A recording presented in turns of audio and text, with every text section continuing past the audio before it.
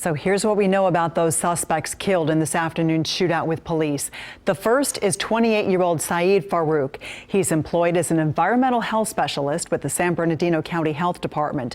Police say he was at that holiday party at the IRC this morning but left. And just within the past hour, police identified the female suspect as 27-year-old Tashfeen Malik.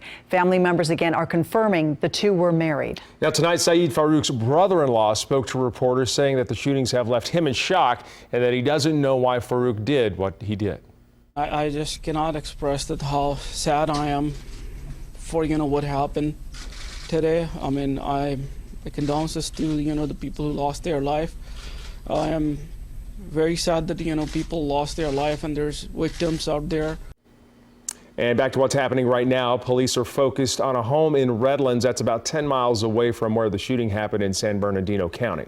Police saw the SUV that was shot up during the gun battle driving slowly past that home earlier today.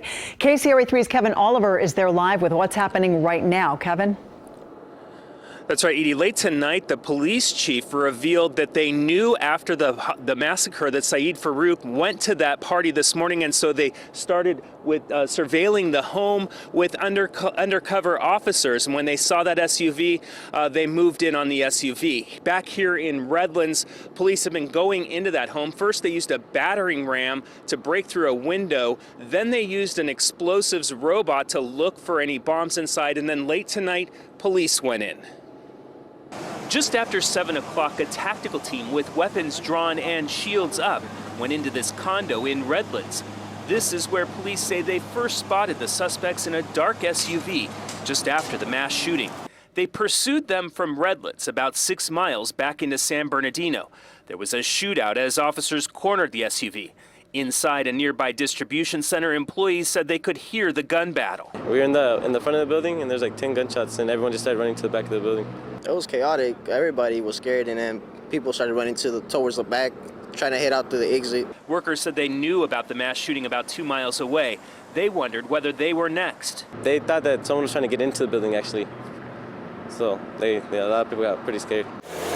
While 2 suspects were shot and killed, nearby police cordoned off a neighborhood looking for a possible third suspect.